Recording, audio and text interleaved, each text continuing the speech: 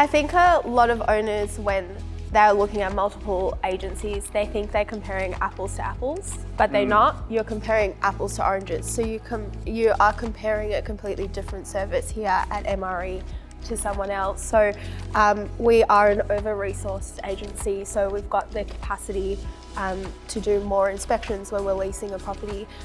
We've got support for our property managers so they can focus solely on managing your property rather than running around doing ad hoc admin stuff. They can focus on your property, so when you call with a problem, they're there to pick up your phone straight away.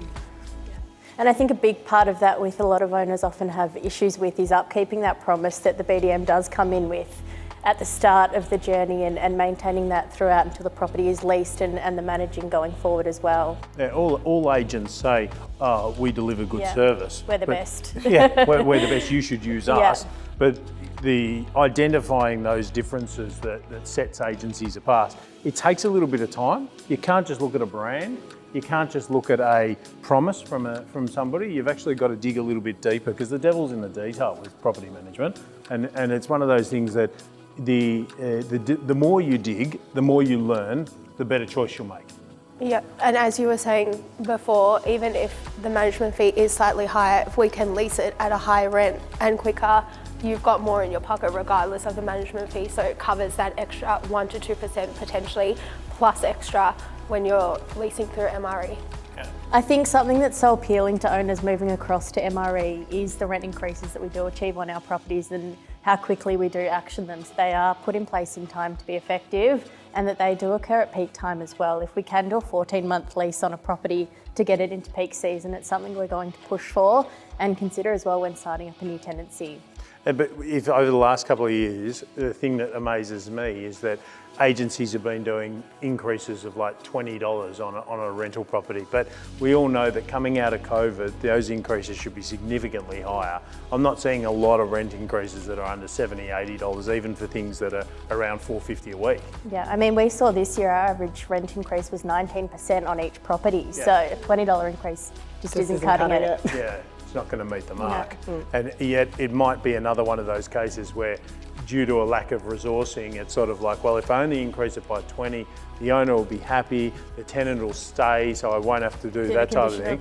And vacate. But that doesn't work. That works in favour of the agent, not in favour of the client.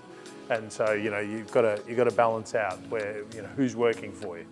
So, like, if we look at compliance, I don't know about you guys, but I'm still yet to take over a property this year that has met all of the minimum standards and been compliant. Yep, not one.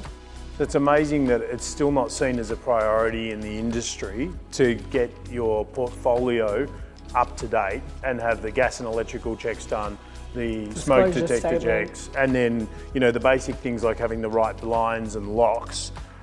Even though we're 3 years into the legislation and the way that it stands today. I think that owners are going to start to get caught if they don't meet these standards. And luckily MRE's taken the front foot on it, so we can deal with it.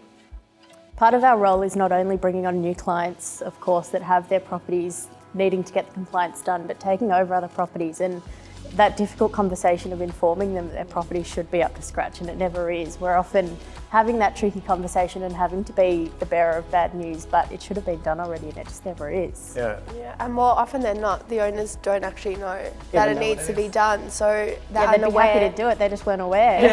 Exactly right, yeah. It's like the agents have taken a path of least resistance with the owner, which unfortunately puts them at risk of fines and more from Consumer Affairs or from their tenants asking for compensation. Yeah.